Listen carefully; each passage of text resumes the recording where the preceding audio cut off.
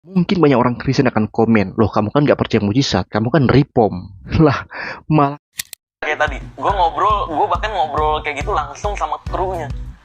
Kru dari salah si pengobat agamis itu. Mantan kru. Gue ngobrol, gue tanya nih gimana caranya. Saya nanya gimana caranya nih si orang A ini dengan sentuhan Tuhan katanya bisa membuat orang langsung jalan gitu. Nah, katanya jadi kan kayak dia tuh ada nomor adminnya, jadi ada orang-orang yang ngadu ini sakit, nggak, udah lumpuh nih, nggak bisa jalan, sulit jalan. Nah itu dicek dulu H-5 misalkan atau H-3, dicek dulu ke rumahnya lumpuhnya segimana nih maksimalnya gitu, coba bisa jalan nggak, bisa jalan 1 langkah 2 langkah 3 langkah gitu, oh maksimal segitu, oke nanti saya obatin pas di acara saya, oh gitu, saya obatin pas di acara saya. Ini kan bisa jalan 3 langkah nih, orang nggak tahu tentang hal tersebut, orang buta. Jadi pas di acara dia, orang taunya dia lumpuh, kursi roda dan sebagainya. Ketika ditep-tep doain, bangun. Nah bangun, wih jadi bisa jalan langsung 3 langkah. Ya emang aslinya awalnya gitu. Aslinya awalnya 3 langkah. Itu the power of survey. Lah iya. Emang. No! Through the laws of the Pope and the doctrines of men, the consciences of the faithful have been miserably vexed and flayed. Will you recant or will you not?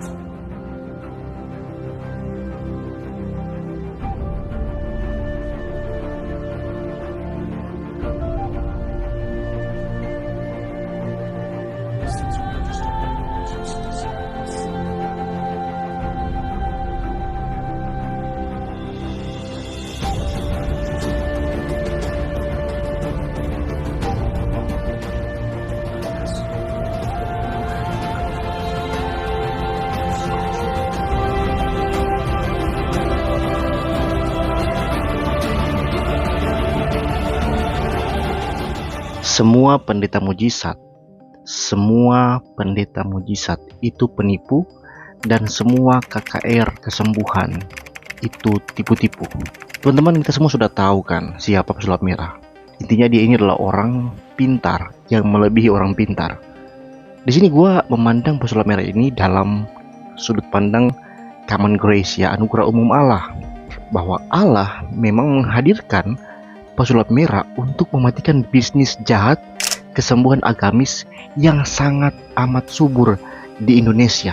Bisnis kesembuhan agamis ini ada di setiap agama, apalagi di agama Kristen itu sangat banyak.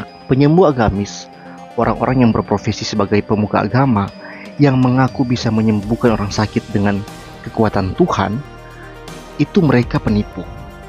Jadi pesulap merah ini, yaitu di dalam video tadi, dia mengaku bahwa dia ngobrol dengan mantan kru seorang penyembuh agamis, dan menurut pengakuan mantan kru itu, bahwa cara mereka untuk membuat orang lumpuh bisa berjalan adalah tim penyembuh agamis ini sudah datang ke orang yang menghubungi dia beberapa hari sebelumnya, dan kalau orang itu bisa jalan beberapa langkah aja, orang itu akan diundang datang ke acaranya si penyembuh agamis ini.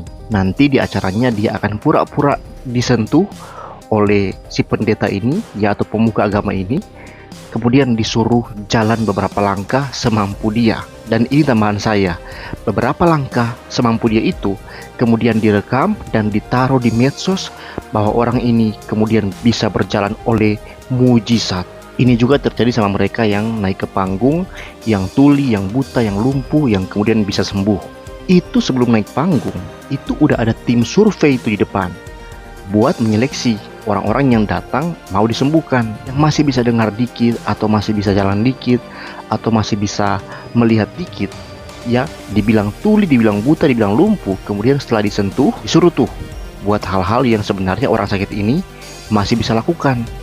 Dan ini berlaku kepada semua pendeta KKR mujizat dimanapun, kapanpun. Tidak ada satupun di dunia ini KKR mujizat yang jujur, gak ada. Semua KKR mujizat yang pernah ada di dunia ini, di Indonesia ini, dan yang akan ada nanti, itu semua bohong. Itu semua manipulasi setan. Itu semua permainan iblis. Orang-orang yang ikut KKR mujizat untuk mencari kesembuhan, saya mau bilang, kalian adalah orang yang bodoh, tertipu dengan slogan. Kalau mau sembuh, you jangan pergi kepada pendeta mujizat di KKR mujizat, jangan. pergilah ke kamar kamu, berdoa, tutup pintu, mohon kepada Tuhan, kemudian tindaki dengan iman, pergi ke dokter. Kalaupun dokter udah nggak bisa menyembuhkan, tetap berdoa, dan juga kamu bisa meminta topangan di gereja sekitar kamu. Jangan pergi jauh-jauh, di gereja sekitar kamu yang kamu berjemaat.